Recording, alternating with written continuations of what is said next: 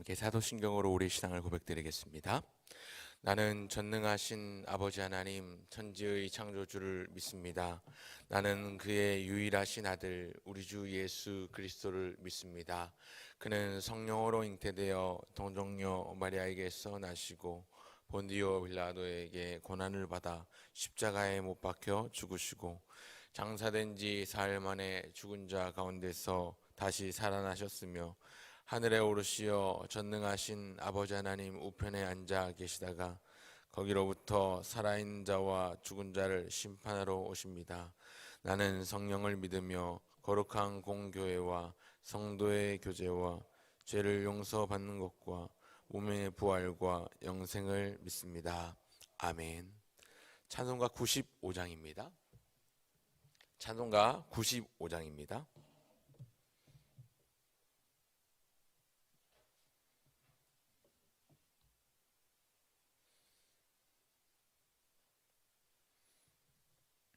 (95장) 함께 찬송하시겠습니다. 나의 기쁨 나의 소망 되시며 나의 생명이 되신 주 밤낮 불러서 찬송을 드려도 늘 하신 마음 뿐일세. 나의 사모하는 선한 목자는 어느 꽃다운 동산에 양의 무리와 늘 함께 가셔서 기쁨을 함께 하실까.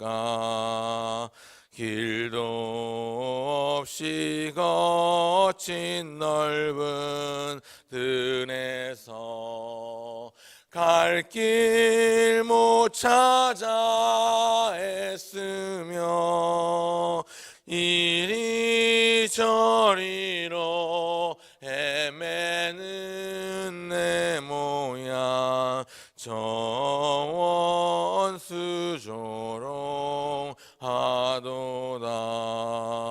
주의 자비롭고 화평한 얼굴도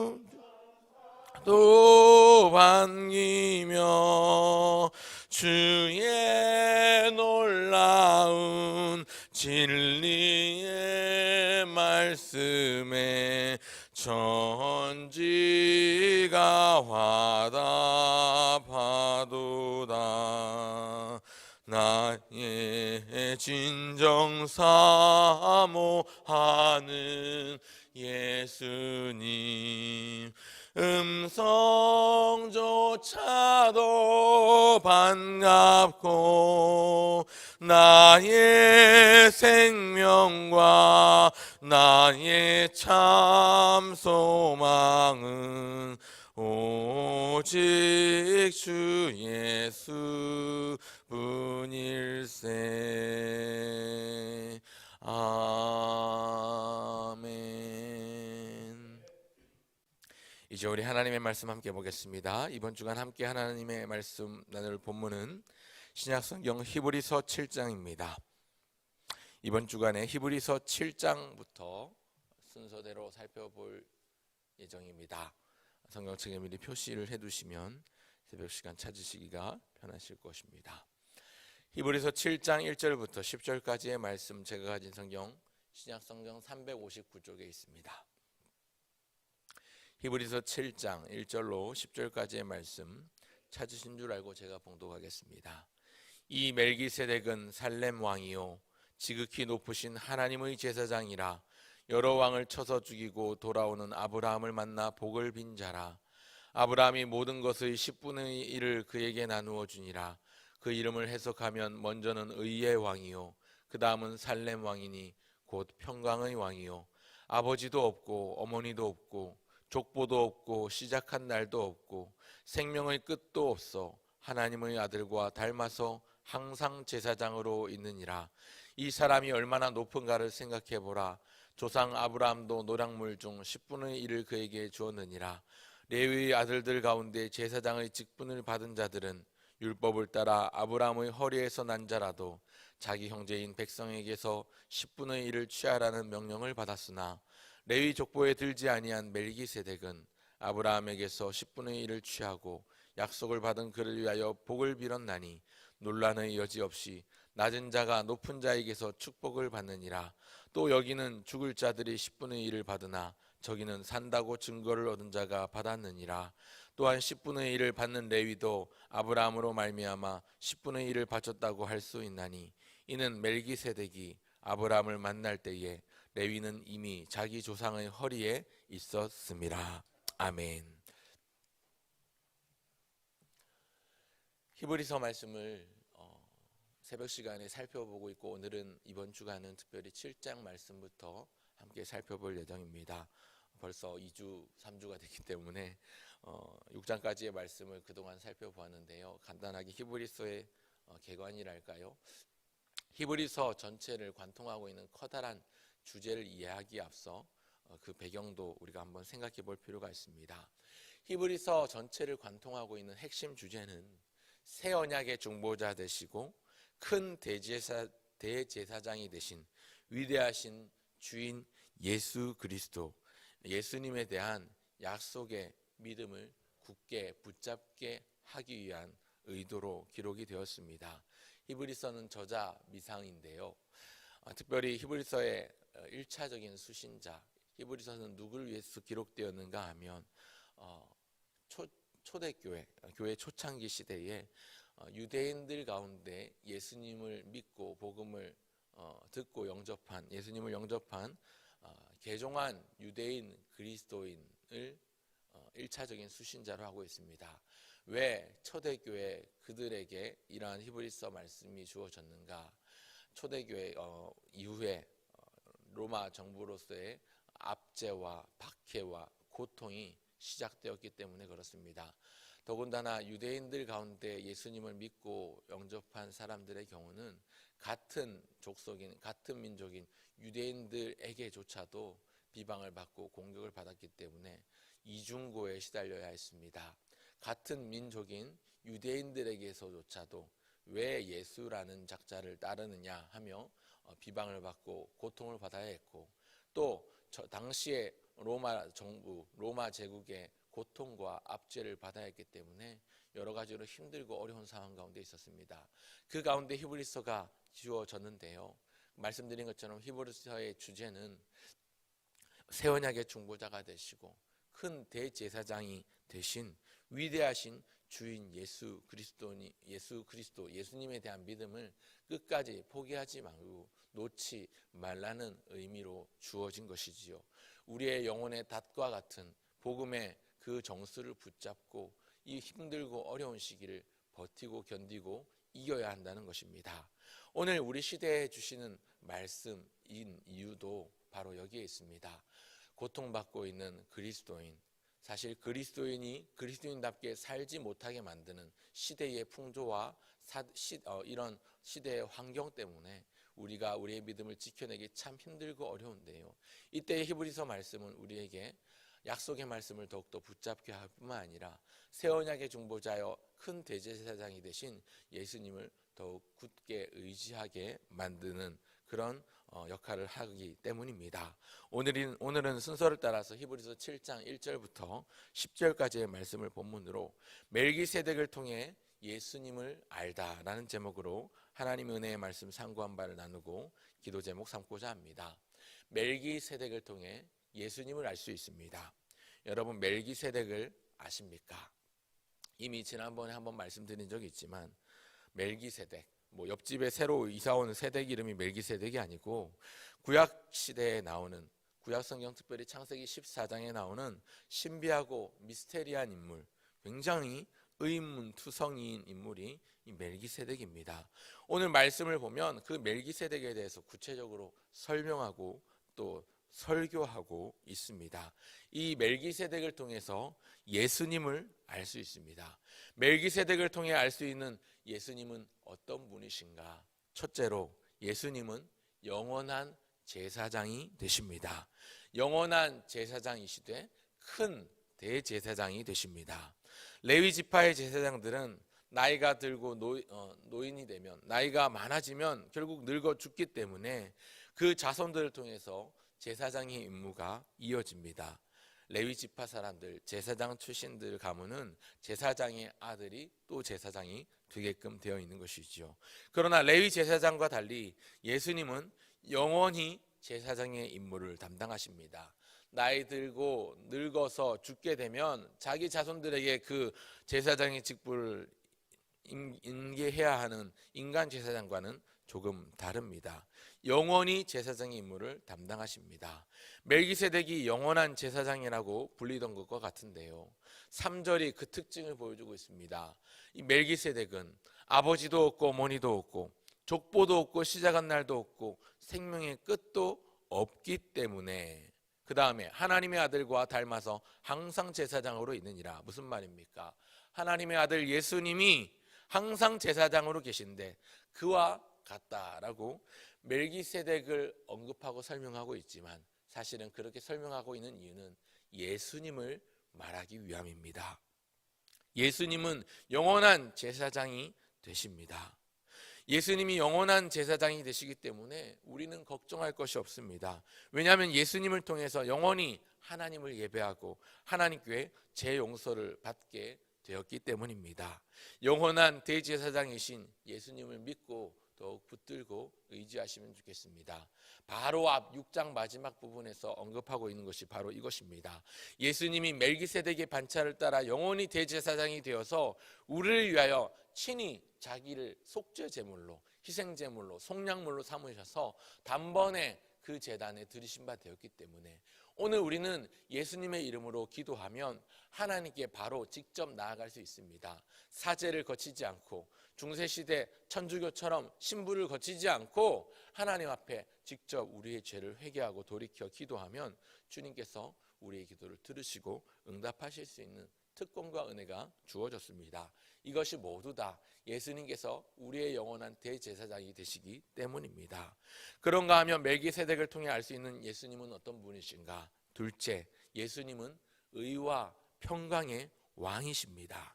멜기세덱의 이름을 풀이하고 있는데요, 그 이름을 풀이해 보면 의로운 왕, 의의 왕입니다. 또한 그는 살렘이라는 도시의 왕이었는데, 살렘은 많이 들어보셨죠? 살롬이라는 단어, 평강이라는 단어, 그런 뜻을 가지고 있습니다. 즉 평화의 도성이라는 뜻이 살렘 왕이라는 말입니다. 평화의 도성을 다스리는 왕이라는 뜻입니다. 살렘은 평화를 의미하는데, 즉 평화의 터전, 평온한 도성을 의미합니다. 멜기세덱은 의의 왕이자 평화의 왕이었습니다. 그와 같이 우리 예수님도 우리에게 의로움을 허락하시는 의로운 왕이요 평화를 주시는 평강의 왕입니다.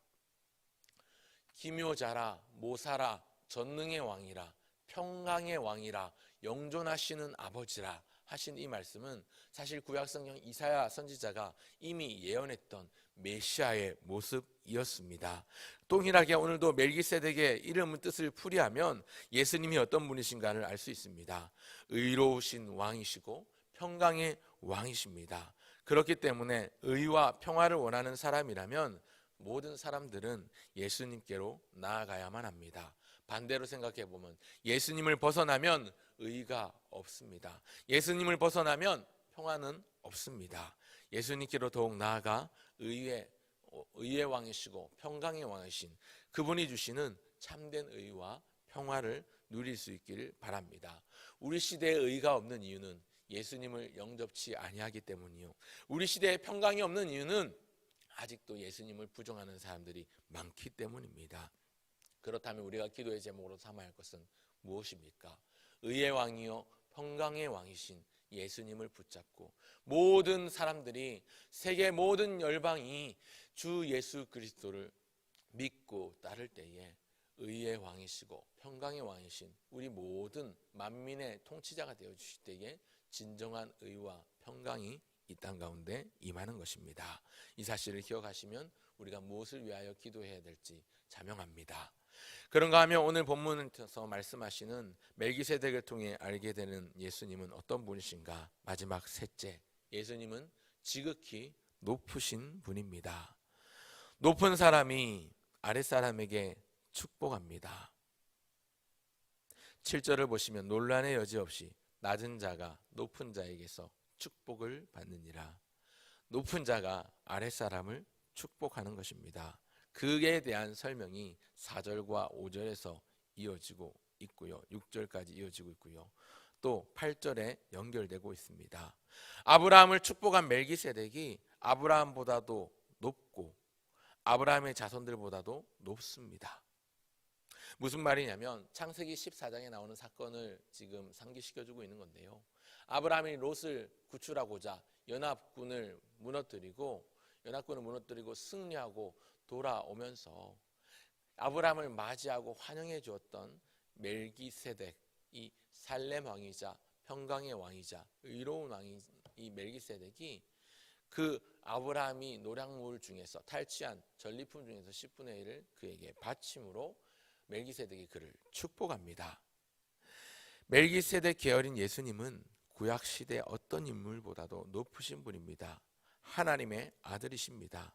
우리가 구약시대 믿음의 조상들을 부러워하고 모범으로 본으로 삼기도 하지만 사실은 부러워할 필요는 없습니다. 왜냐하면 우리가 훨씬 더 좋으신 예수님을 알고 있고 그분을 믿고 따르고 있기 때문입니다. 그런 의미에서 이 사실을 더욱 확신하시길 바랍니다. 남의 것만 보면 배 아플 수밖에 없습니다. 그러나 우리가 가진 가장 존귀한 보물을 바라보아야 합니다. 우리는 질그릇이지만 질그릇 속에 담겨있는 보배로운 예수 그리스도의 복음이 있기에 지극히 높으신 예수님을 바라보면 우리가 질그릇에 불과하다 하더라도 귀하게 쓰임받을 수 있는 것입니다. 고린도후서 4장 7절에 사도 바울이 언급하기를 우리가 이 보배를 질그릇에 가졌으니 이는 심히 큰 능력은 하나님께 있고 우리에게 있지 아니함을 알게 하려 함이라. 여러분, 큰 집에는 여러 가지 다양한 그릇이 있습니다. 금그릇도 있고 은그릇도 있고 나무그릇도 있고 질그릇도 있는 것인데 주인의 쓰심이 합당한 그릇은 아무리 금그릇 은그릇이라도 더러우면 쓰지 않습니다. 깨끗한 그릇이 주인의 쓰심이 합당한 그릇입니다. 우리는 작고 연약하고 부족한 질그릇에 불과하다 할지라도 우리 안에 우리가 정결함으로 준비하고 하나님 앞에서의 성결함으로 우리를 예비하면 하나님은 우리 안에 담궈주신 그 예수 그리스도의 고귀한 반짝반짝 빛나는 복음을 인하여 우리 질그릇에 불과한 우리조차도 하나님의 영광을 위하여 사용하신다는 사실입니다. 이 사실을 꼭 기억하셨으면 좋겠습니다.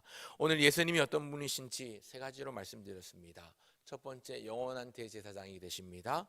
우리의 모든 질고를 담당하실 한 분, 단번에 들으신 바 된 대제사장이신 예수님을 믿고 붙들어야 합니다. 둘째, 의와 평강의 왕이십니다.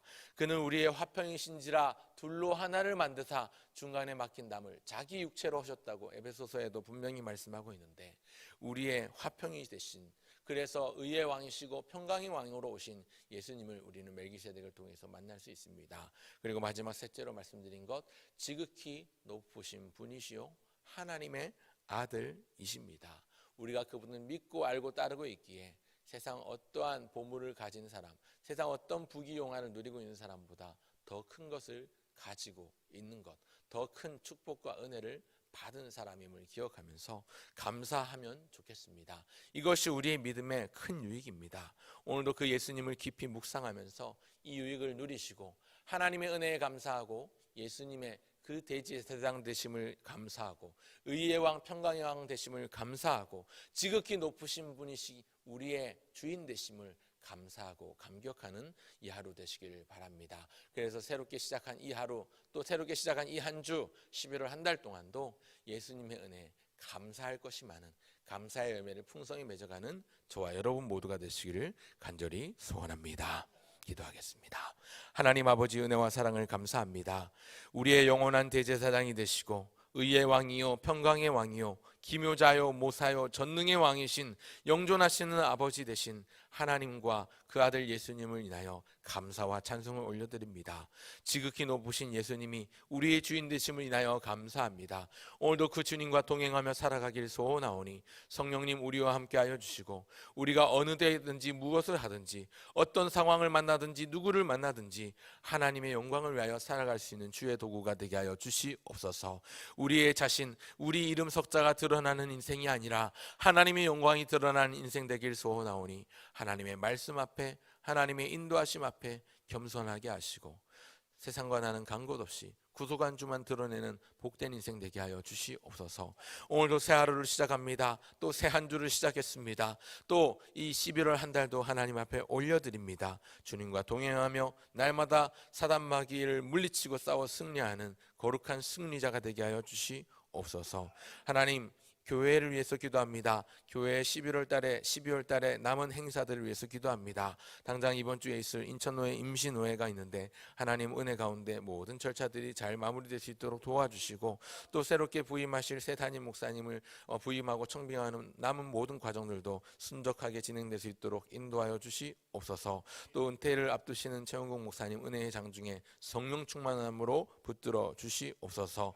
또 11월 달에는 각 기관 총회가 있습니다. 하나님, 사람을 세우는 것이 하나님의 일일진데 좋은 일꾼들을 세워주시고 또 우리가 다시 이 코로나를 딛고 일어서서 다시 도약의 기회로 삼을 수 있는 교회를 위하여 더욱더 깊이 헌신하며 헌신하되 즐거움과 기쁨으로 즐겨 헌신할 수 있는 자들을 세워주시옵소서. 또 11월 달에는 감사의 열매를 맺기를 소원하여 하나님 추수감사절기를 지키고자 합니다. 하나님 아버지, 이 계절 가을에 우리 성도들 아름다운 영적인 열매들을 많이 맺어갈 수 있도록 도와주시옵소서. 사랑과 희락과 화평과 오래 참음과 자비와 양성과 충성과 온유와 절제의 아름다운 성령의 열매들을 풍성하게 맺게 하여 주시되 이 같은 것을 금지할 법이 없다고 하셨사오니 우리 모든 성도들 이 계절 가을에 하나님 앞에 감사의 열매로 풍족하게 행복하게 하나님의 은혜의 보좌 앞으로 나아갈 수 있도록 도와주시옵소서.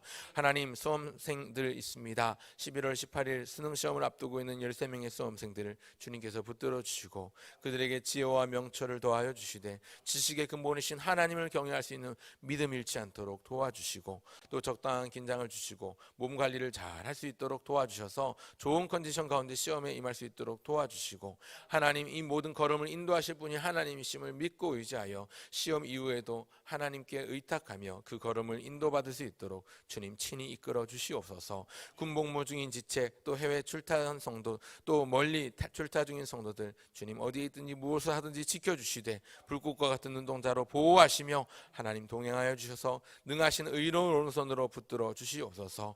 하나님, 이제 코로나를 딛고 예배를 회복하기를 소원합니다. 위드 코로나 정책으로 단계적 일상 회복이 이어지고 있는 이 시대 교회는 여전히 썰렁하고 행한 가운데 있는데 하나님, 이때 우리 모든 성도들이 다시 깨어 일어나게 하시고 이전처럼 하나님 코로나를 딛고 일어서 예배를 회복을 넘어서서 예배 부흥이 일어나는 우리 교회가 될 수 있도록 도와주시옵소서. 오늘 이 하루도 의탁드리오니 때마다 시마다 일마다 함께하여 주시고 우리에게 세임 주시옵소서. 감사드리며 우리를 구원하신 우리의 대제사장 되신 주 예수님의 이름으로 기도합니다. 아멘.